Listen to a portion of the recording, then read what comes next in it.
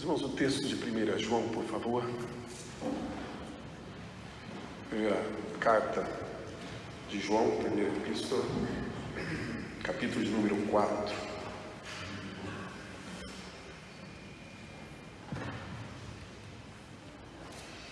Por favor. E mais uma vez, verso de número 7. Leiamos, diz assim: Amados, amemo-nos uns aos outros, porque o amor procede de Deus, e todo aquele que ama é nascido de Deus e conhece a Deus. Aquele que não ama não conhece a Deus, pois Deus é amor. Nisto se manifestou o amor de Deus em nós, em haver Deus enviado seu Filho unigênito ao mundo para vivermos por meio dele. Nisto consiste o amor. Não em que nós tenhamos amado a Deus, mas em que Ele nos amou e enviou o seu Filho como propiciação pelos nossos pecados. Amados, se Deus de tal maneira nos amou, devemos nós também amar uns aos outros.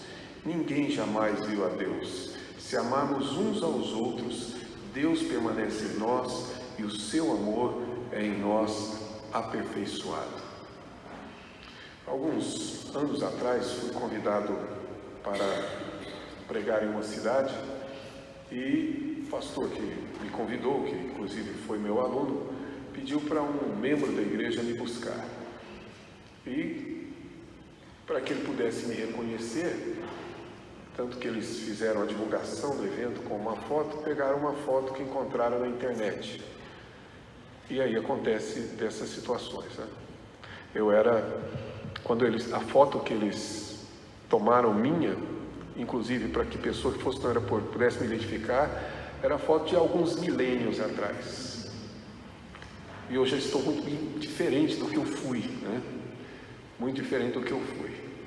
Eu sei que eu desci e sabia que uma pessoa iria me buscar. Não conhecia, tinha apenas, e não me deram o número de telefone dele, nem nada, apenas disseram: vai um presbítero te buscar lá no aeroporto. Eu falei: tá bom. Mas como é que eu identifico? Não se preocupe que ele vai te identificar. Aí sim começaram os problemas. Desci, procurei presbítero, nada, resolvi me assentar próximo ao desembarque para poder aguardar o presbítero chegar. E me assentei. No banco de trás, me aguardando, com a foto na mão, adivinha quem estava? O presbítero. Ele olhou todas as pessoas que saíram do desembarque e a pessoa da foto não saiu. Claro, já era bem diferente, e fiquei ali assentado.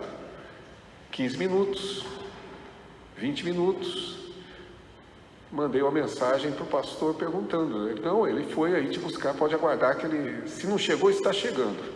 30 minutos, 40 minutos, a paciência já estava naquele nível fantástico, e então eu liguei para ele. Falei: escuta, ele não veio, não vai vir buscar, se quiser eu pego um táxi, me dá o endereço que eu vou de táxi, vou para o hotel, não tem problema nenhum, é só me dizer o endereço. Enquanto eu estava falando no celular, o homem que estava atrás, aguardando que eu chegasse, ouviu o diálogo e de repente falou: escuta, o senhor pastor João? Ele falou: sou eu mesmo. Ah tá, é porque eu não reconheci. E mostrou a foto. Falei: nem eu reconheceria, né? A imagem que nós fazemos, quando essa imagem é errada, ela pode nos levar a certas conclusões e certas, principalmente, atitudes e comportamentos também equivocados. Eu estou dizendo isso porque esse é o esforço de João. Esse é o terceiro domingo seguido em que nós estamos nos debruçando sobre esta mesma passagem e pensando exatamente neste mandamento que João nos traz sobre nós nos amarmos uns aos outros. Verso 7, o mandamento é explícito. Contudo, eu creio que você, como eu, deve entender que a preocupação, ou pelo menos a atenção de João, é nos dar uma imagem verdadeira acerca desse amor. É um esforço em definir, em descrever, em fazer com que o amor, que ele na verdade está se referindo, seja conhecido. Porque se nós não o identificarmos corretamente, se nós na verdade não tivermos dele a imagem correta, corremos o risco de fato nos confundir. E aí, como aconteceu no aeroporto, temos alguns dissabores nesse caminho e na nossa própria vida pessoal. Ele de fato tem uma importância e dá uma importância muito grande a esse texto. Nessa questão. Na própria carta, essa é a terceira vez que ele fala sobre o amor. E se você quiser observar aí na sua Bíblia, no capítulo 2, do verso 7 ao verso 11, ele vai falar sobre esse amor e descrever, e principalmente dizer que é um mandamento novo, embora seja um mandamento antigo. No capítulo de número 3, verso 11, ele vai nos ordenar que amemos, mas não amemos como Caim. Devemos amar realmente como Deus nos ensina a amar, porque nós não podemos amar de palavras, nós temos que amar de verdade. E ele retoma agora mais uma vez, pela terceira vez, esse argumento, ao descrever em quase todo o capítulo 4, do verso 7 ao verso 21, toda essa questão fundamental que o amor possui na sua perspectiva. Neste caso em particular, ele está argumentando por que nós devemos de fato amar uns aos outros. Se você observar, o verso 7 diz isso: amemo-nos uns aos outros, por quê? Ele está explicando e dando razões e dando argumentações. Se você teve a oportunidade de vir nos últimos 2 domingos, digamos, inclusive hoje, ou se não, podemos aí de alguma forma auxiliá-lo a ver e rever essas mensagens anteriormente ditas, mas observe que ele apresentou seus argumentos. No capítulo 7, no verso 7, verso 8 do capítulo 4, ele vai dizer porque Deus é amor, essa é um atributo dele, essa é uma natureza de Deus, e se nós somos nascidos de Deus, ele diz, nós temos que trazer exatamente o mesmo caráter, as mesmas características, os mesmos atributos do nosso Pai. E assim como ele é justo, devemos ser justos, e assim como ele é amor, nós devemos também amar. Esse é o seu primeiro argumento, é a sua primeira, digamos assim, fundamentação para esse mandamento.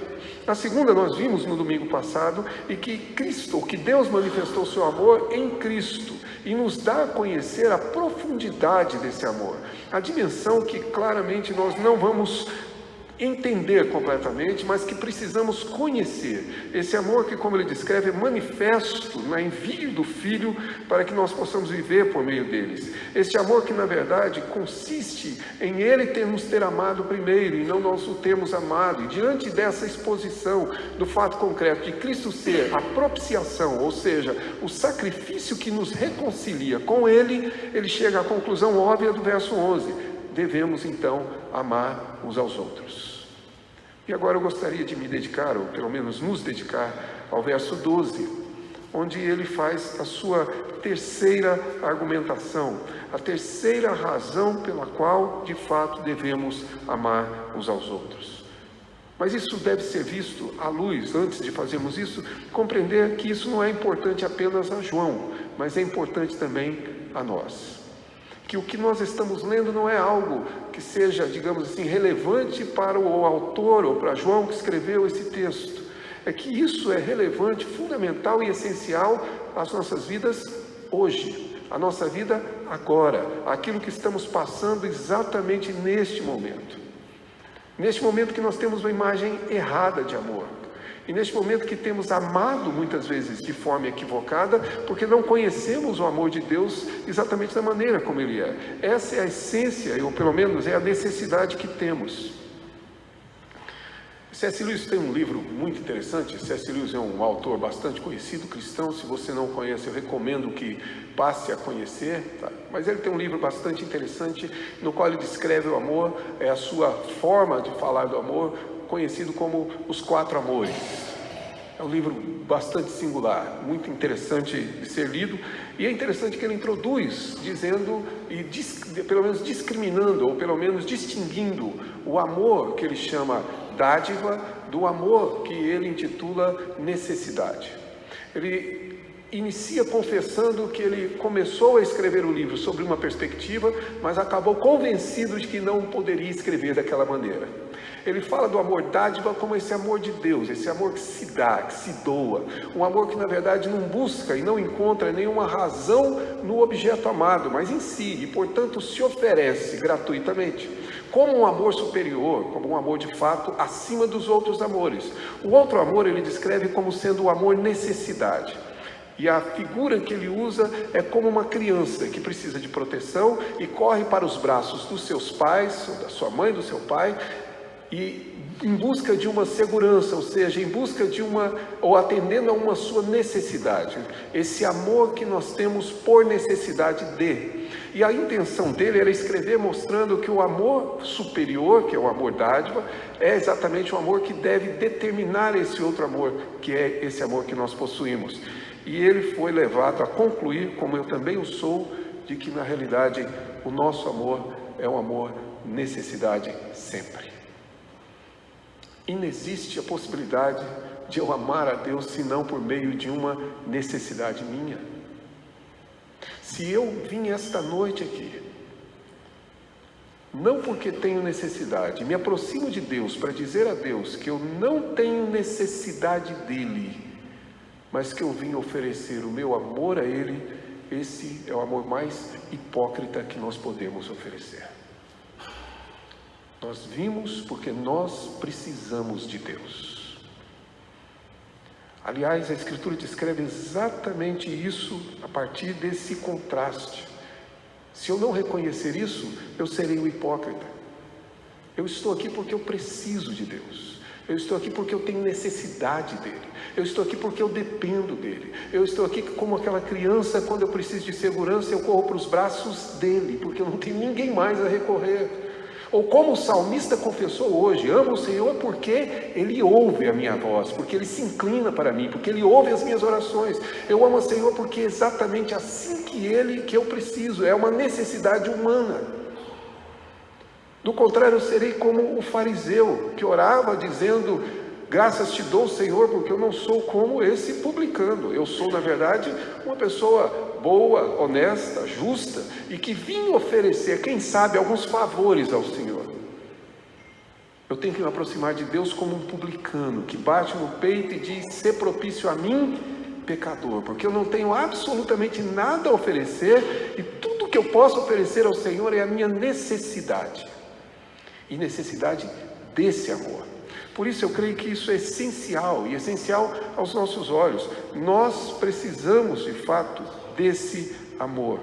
Em um certo sentido, essa é a raiz dos grandes dilemas e problemas que temos vivido. Essa nossa incompreensão e principalmente a maneira como nós agimos. Imagine o seguinte, vocês que já tiveram filhos, né?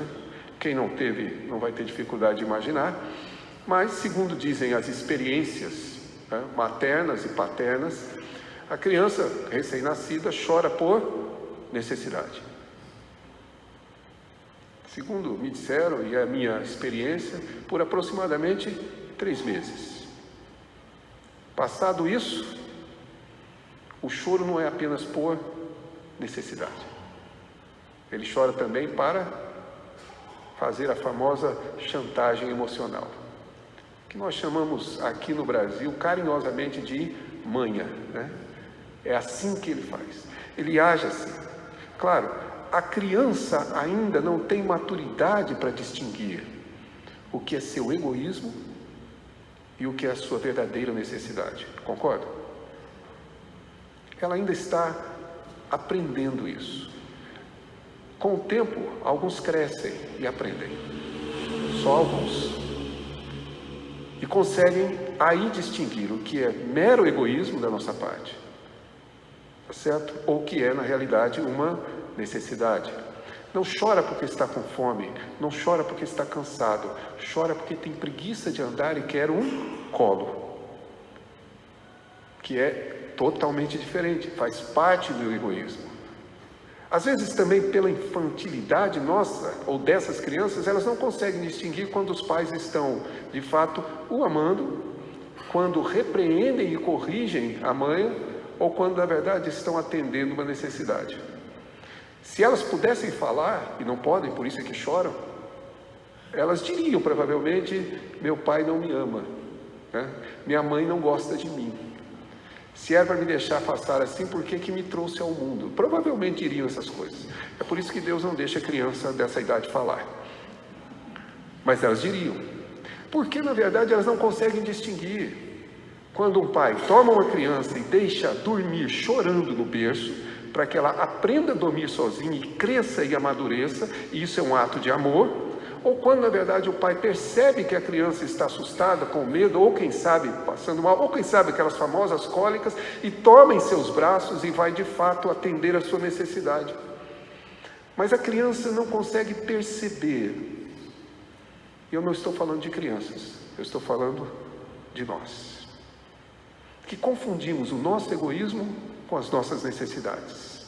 E nós ofendemos quando Deus nos corrige e nos disciplina por amor dos cuidados carinhosos que Ele tem. Isso me leva a crer que nós precisamos olhar para esse texto e entender esse amor. Do contrário, com certeza, nós teremos uma imagem errada do amor, e se eu tenho uma imagem errada do amor, eu tenho uma imagem errada de Deus. Por quê? Porque Deus é amor. Preciso entender e compreender, e é exatamente isso que eu gostaria de convidá-los a olhar no texto. Observe, e note no verso 12, que desta vez, João argumenta a partir de uma hipótese. Ele, na verdade, está dando uma explicação, mas a partir de uma hipótese. Ele diz, se amarmos um ao outro. Diz o verso 12, se nós amarmos uns aos outros. Lembre-se que ele já havia dito no verso 7, no modo imperativo, uma ordem, amemo-nos uns aos outros, por quê? Lembre-se que ele já havia feito uma conclusão quando ele diz que o amor de Deus se manifesta no Filho, e no verso 11 ele diz, nós devemos amar, por essa razão. Agora ele vai dizer, se nós amarmos a Deus, qual é a consequência, qual é o resultado, qual é a resposta à hipótese que ele levanta? Se nós amarmos de fato e verdadeiramente como Deus quer uns aos outros, afinal de contas, o que vai acontecer? E é essa a resposta que ele está nos dando. Ele nos aponta duas consequências, se vocês puderem perceber. Diz ele, o amor de Deus permanece em nós, como uma consequência, e claro, em nós é aperfeiçoado o próprio amor. Essas são as consequências. Se nós amarmos uns aos outros, Deus permanece em nós e o amor de Deus é aperfeiçoado também em nós. Essa é a descrição. Mas para eu entender isso, eu preciso entender a frase que vem no início. E que, se eu não tiver atenção, vai parecer algo separado do texto. Ela parece nem conversar com o texto. Ela parece ser, quem sabe, um corpo estranho na argumentação de João. Percebam, João está falando de amor e no meio dessa discussão de amor ele faz uma declaração doutrinária, uma declaração teológica, inclusive complexa de entender. Ele diz no verso 12, começa assim, abre assim, ninguém jamais viu a Deus. Se amarmos uns aos outros, o amor de Deus permanece em nós e Deus permanece em nós e o amor de Deus é em nós aperfeiçoado. Não sei se você concorda comigo, a primeira leitura me dá a impressão de que escapou alguma coisa aqui. Parece que a frase não tem a ver com o conteúdo.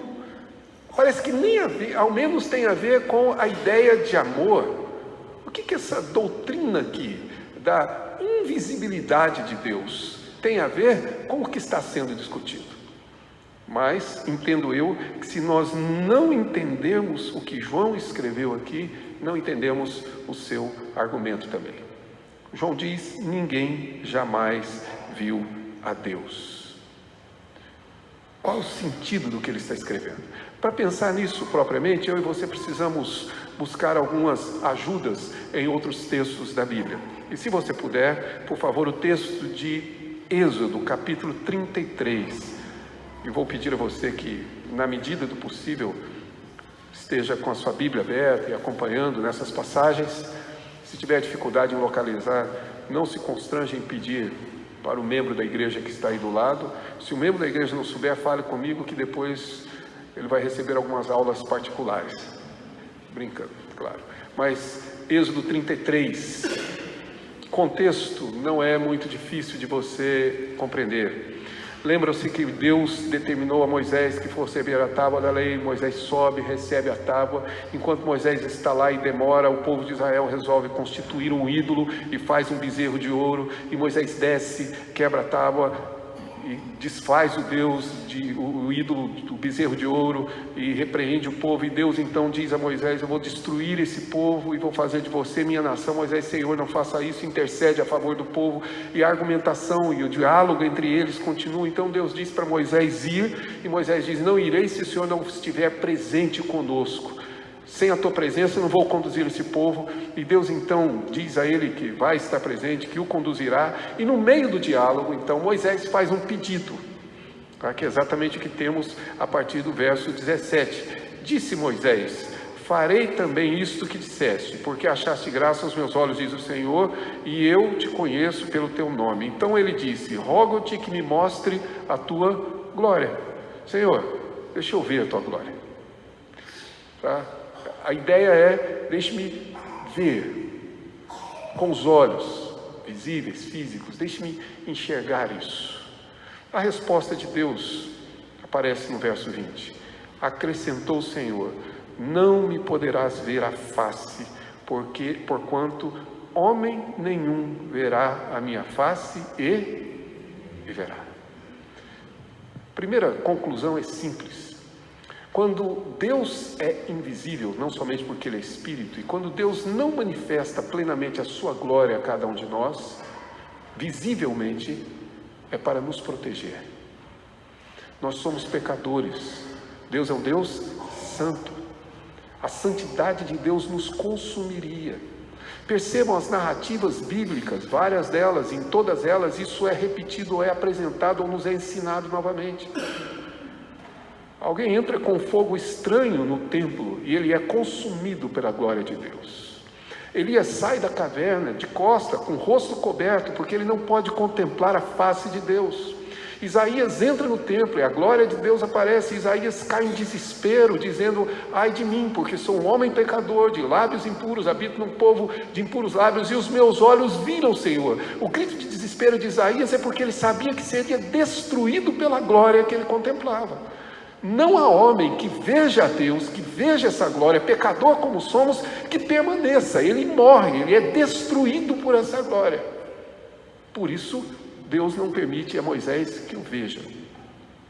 Contudo, como Deus é gracioso e bondoso, percebam no texto que ele então diz a Moisés, verso 21, disse mais o Senhor: eis aqui um lugar junto a mim, e tu estarás sobre a penha, sobre a rocha. Quando passar a minha glória, eu te porei numa fenda dessa rocha, dessa penha, e com a mão te cobrirei até que eu tenha passado. E depois, tirando a mão, tu me verás pelas costas, mas a minha face não me verá. Deus não tem costa, tá certo? Então, e nem tem face. Aqui é uma figura, uma linguagem antropomórfica. Deus está falando em linguagem humana. Deus está dizendo: você vai ter um vislumbre, uma visão apenas rápida sobre dessa glória, porque você não é capaz de suportar a glória. Mas para que você não morra, Moisés, eu vou colocar você dentro da rocha e vou cobrir você com a minha mão para que eu passe. E Horton, que é o autor, da minha maneira, muito claramente entende que essa rocha é Jesus,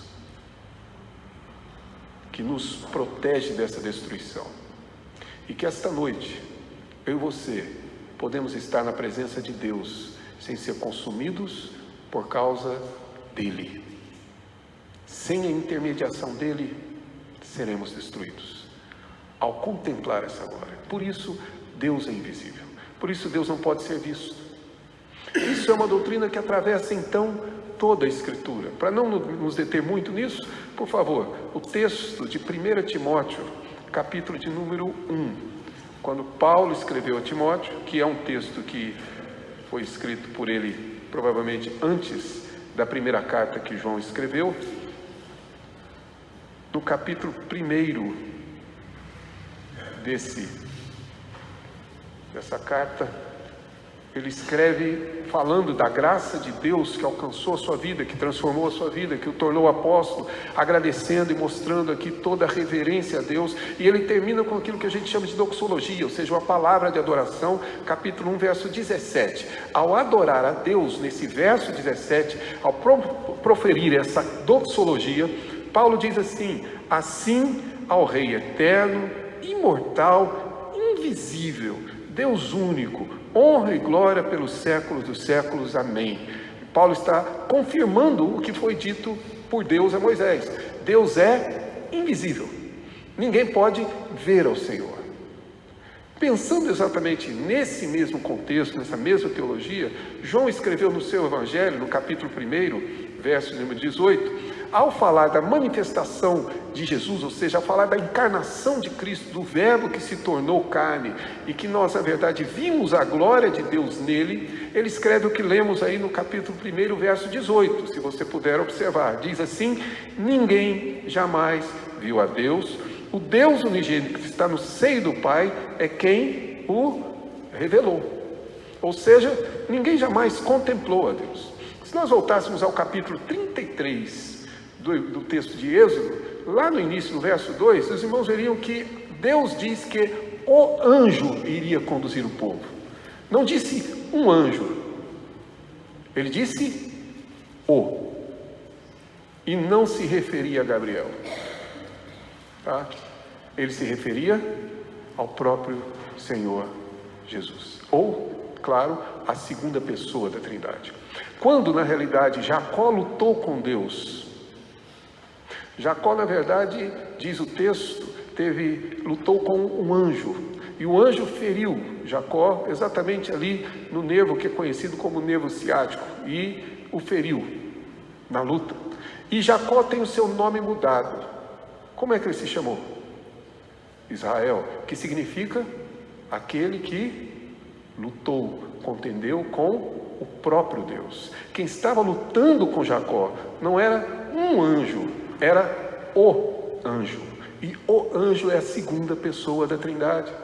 Desde o Antigo Testamento até o Novo Testamento, não existe nenhuma manifestação visível que não tenha sido feita pela segunda pessoa da Trindade.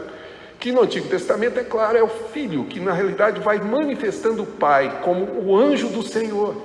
E que agora ele se encarna e é visto na pessoa de Jesus, ou seja, ele se encarna e agora é homem e Deus, e é Jesus Cristo. O que João está dizendo é que ninguém jamais pôde ver a Deus. Se existe alguma coisa que nós pudermos ver sobre Deus, nós enxergamos em Jesus Cristo.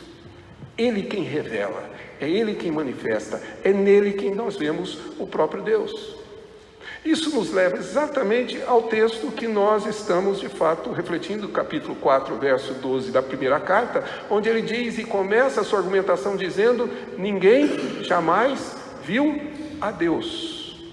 No entanto, apesar de Deus ser invisível, apesar de ninguém conseguir contemplar a sua glória, apesar de ninguém poder vê-lo fisicamente, diz João, se nós amarmos uns aos outros, o mundo verá o Senhor. Esse é o argumento de João. O Deus invisível se manifesta no seu povo.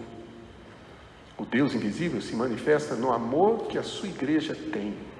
O Deus invisível se manifesta porque, como Ele é amor, exatamente quando a igreja ama, ou quando nós amamos verdadeiramente, é aí que se manifesta e que se revela esse Deus. Se não, observe aí mais um ponto nisso. Na semana passada eu disse que, na realidade, o verso de número 9 diz que Deus se manifestou, nisto se manifestou o amor de Deus em nós. Eu não sei se o irmão se lembra, mas eu insisti dizendo que a tradução não é para nós, Deus não se manifesta para nós, e nem disse que Deus manifesta seu amor por nós. Eu insisti que Deus manifesta seu amor em nós. Há uma tradução, acho que se não me engano a nova versão internacional, que entende, que traduz nisto, na verdade, se manifestou o amor de Deus por nós. Porque no português fica difícil essa ideia de em nós, mas eu insisto em dizer que é em nós. Porque exatamente é essa expressão que nós encontramos no verso 12. Então observe, diz ele: ninguém jamais viu a Deus, se amarmos uns aos outros, Deus permanece em nós. E o amor de Deus é em nós aperfeiçoado. A ênfase é em e não por. Tanto é que se você traduzir, é a mesma palavra, o verso 12, pela expressão, pela preposição por, não faz o menor sentido. Não faz sentido você dizer, se nós amarmos uns aos outros, Deus permanece por nós. E também não faz sentido dizer que se nós amarmos uns aos outros, o amor de Deus é aperfeiçoado por nós, porque nós não aperfeiçoamos nada. A única coisa que a gente consegue fazer é estragar o que existe de bom. Então não é por, é em. Em nós se manifesta esse amor. O que João está dizendo é que na realidade Deus se manifesta em mim e em você. O amor de Deus é conhecido. Então o Deus invisível do Antigo Testamento, aquela glória que Moisés quis contemplar, aquela glória que se manifestou no Filho, agora se manifesta onde, meus irmãos? Em mim e em você. Deixe-me dar 2 exemplos. O primeiro deles em Atos, capítulo 4, verso 13. Os discípulos foram inquiridos, foram, na verdade, julgados junto ao Sinédrio judaico para não falar mais em Jesus.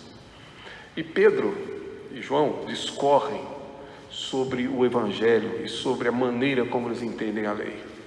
O texto é claro ao dizer que aqueles homens, sabendo que Pedro e João eram homens incultos, ou seja, pessoas sem formação acadêmica, sem recursos, sem diploma, seja lá o que for, eram pescadores, embora sejam incultos, diz o texto que eles reconheceram que eles, Pedro e João, haviam estado com Jesus. Essa é a conclusão. Não sei se o irmão está entendendo o que eu estou querendo dizer.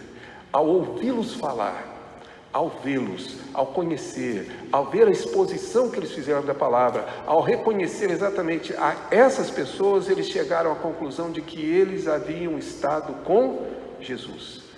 Conclusão é simples. Jesus se manifestou neles. Eles viram Jesus exatamente nos apóstolos. Só havia uma conclusão: eles estiveram com ele. Essa é a conclusão que o texto de Atos nos traz. Um segundo exemplo vem da história, não sei quantos conhecem, o missionário escocês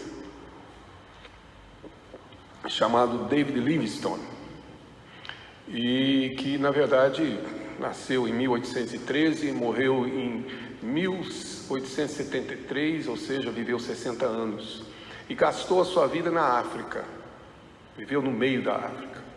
Foi um homem marcante e até hoje é bastante reconhecido. Livingstone, quando morreu numa tribo, na verdade, numa aldeia de um chefe tribal chamado Chitambo, ele teve o seu coração retirado do seu corpo. E o seu coração foi plantado junto a uma árvore na África, porque lá estava o coração de Livingstone, vivo ou morto. E o seu corpo foi embalsamado e levado para ser transportado para a Grã-Bretanha, e principalmente na Catedral de Westminster, onde ele foi sepultado com honras de herói. Livingstone teve seu coração plantado ali. Passado algum tempo, e ele percorreu várias regiões onde o homem branco não havia ido, ele foi o primeiro a ir. Passado algum tempo, alguns missionários voltaram a fazer o caminho de Livingstone no meio dessas tribos, no meio de africanos. E diz, uma das suas biografias, narra que na realidade durante essas viagens eles chegaram em um determinado lugar e esses missionários que faziam o mesmo caminho de Livingstone começaram a anunciar e a falar de Jesus para os próprios africanos. E eles responderam e disseram: este homem esteve aqui. Foi impossível. O homem que nós estamos falando viveu há muitos anos atrás. Falei: não, mas ele esteve aqui. E o coração dele está debaixo daquela árvore. Porque as pessoas, aqueles africanos, viram Jesus em Livingstone, a ponto de confundir Livingstone com Jesus, por conta das manifestações desses atributos nele. O que João argumenta nesse texto é isso. A doutrina é simples: ninguém jamais viu a Deus. Portanto, se alguma pessoa for ver a Deus, ela verá por meio de nós. Se e quando nós amarmos uns aos outros, assim Jesus será visto, será conhecido e será de fato contemplado, como nós mencionamos hoje. Por isso ele aponta para essas consequências, diz ele: portanto, se nós amarmos, Deus permanece em nós. Essa é a mesma expressão que nós encontramos lá em João 15 sobre a figura da videira. Os irmãos se lembram? Eu sou a videira verdadeira e vós sois o ramo.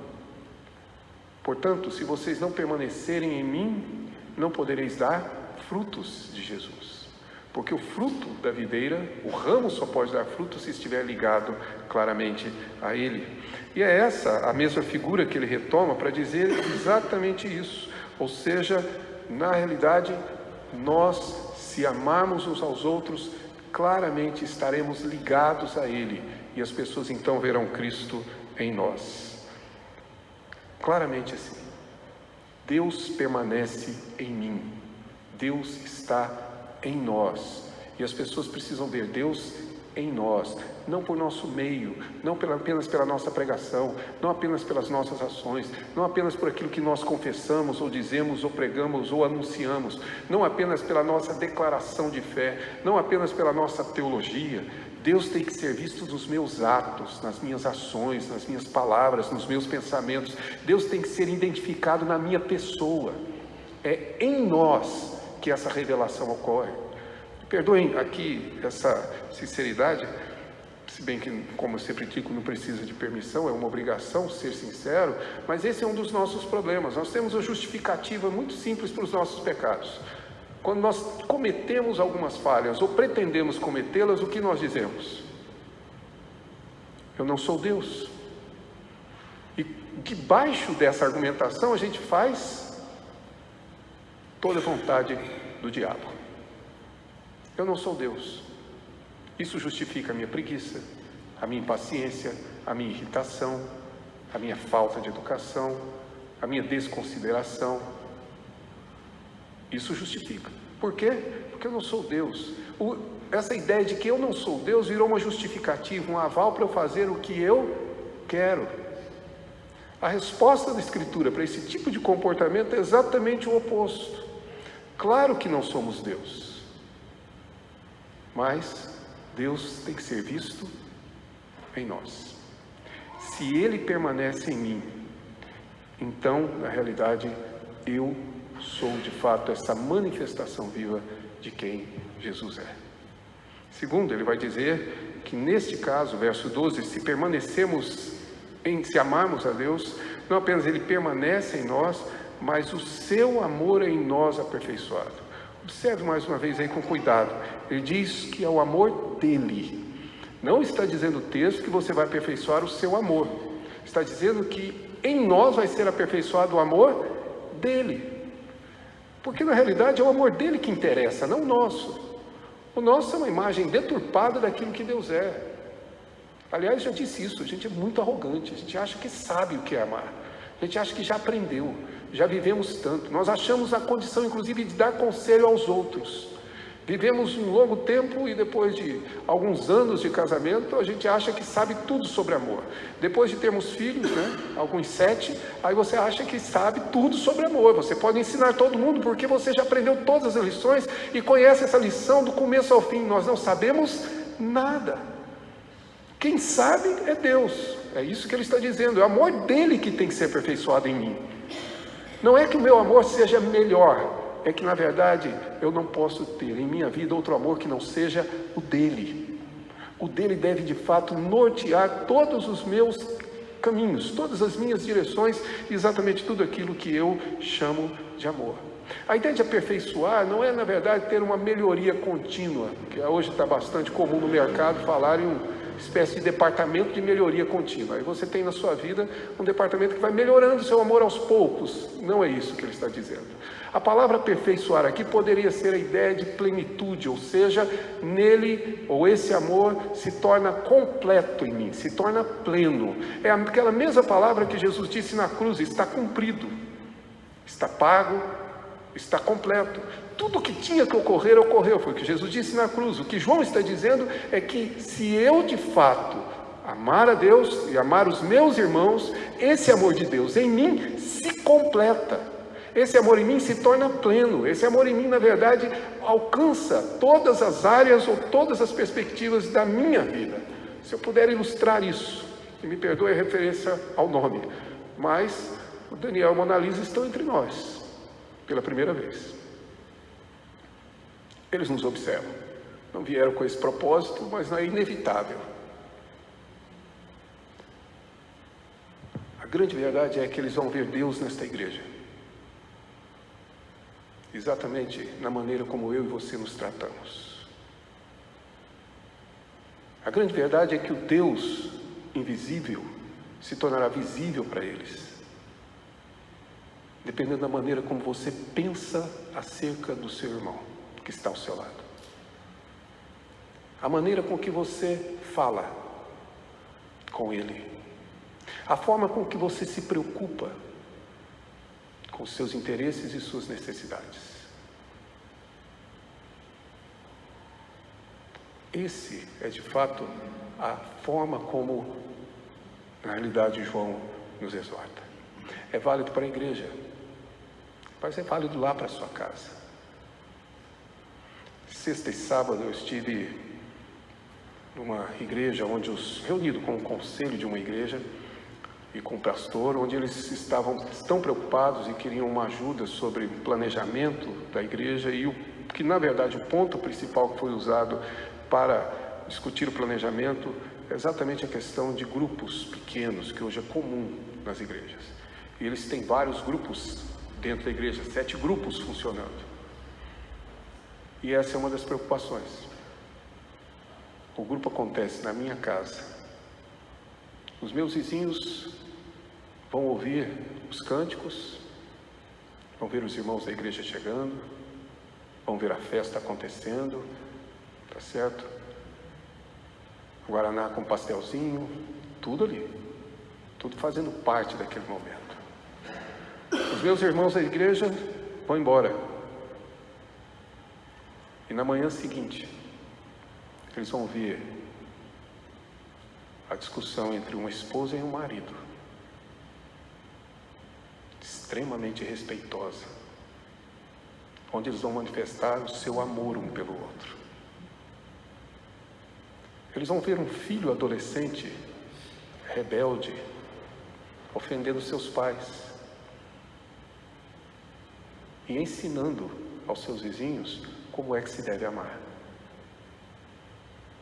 Eles ouvirão o diálogo, as brincadeiras. Pergunta é simples, meu irmão. Qual é o Deus que as pessoas têm visto no seu lar? Qual é o Deus que Deus tem visto na sua vida? Qual é o Deus que lá no ambiente de trabalho você manifesta? Qual a imagem que as pessoas têm de Deus através de você? Por isso João diz que o Deus invisível, o Deus que ninguém jamais viu, será visto em nós, se nós amarmos uns aos outros. Se Ele permanece em mim, e se em mim é completo o amor dele, e se esse amor está em mim, se tudo isso ocorre, diz João, então, de fato, Deus será visto. A imagem de Deus será contemplada. Quero concluir de maneira bem simples com os irmãos, porque creio que não há muita necessidade de, digamos assim, de justificar o que está aqui, até pela sua simplicidade. Mas gostaria de voltar ao assunto lá do início. Não tem problema nenhum e nenhuma consequência mais grave a não ser a minha perda de paciência, alguém não me reconhecer, afinal de contas. E de acordo com, pelo menos, a opinião pública geral, fez bem eu não estar mais parecido com aquela foto de ontem. Está melhor hoje.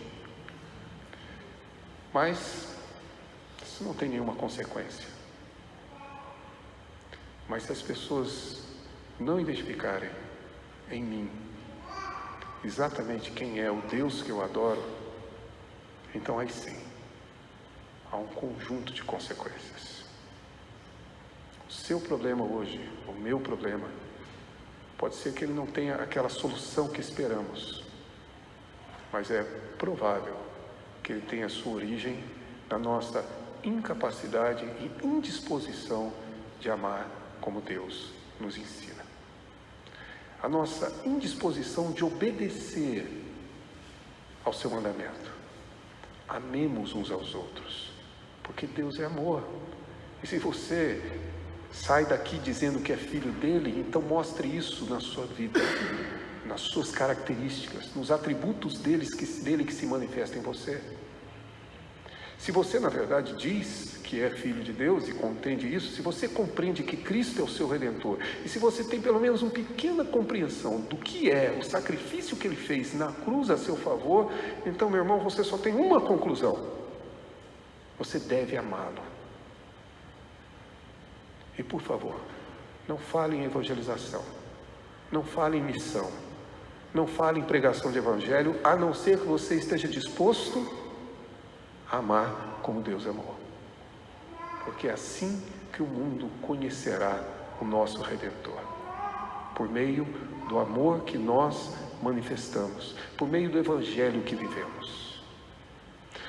E eu creio que agora nós estamos prontos a cantar novamente o cântico que cantamos. Hoje nós dissemos a Deus: brilha em mim e mostra ao mundo o amor de Deus Pai. Foi isso que nós cantamos. Nós cantamos exatamente o mesmo argumento de João. E eu gostaria de convidá-los para que concluíssemos este culto cantando novamente. Mas eu te peço, só cante se você está disposto a viver esse amor. Não se constrange, pode permanecer calado, mas só cante se você está disposto a dizer a Deus de fato e verdadeiramente que você quer amar da maneira como Ele nos ensina a fazer. Vamos louvar a Deus assim. Nossa equipe nos conduzirá mais uma vez nesse cântico.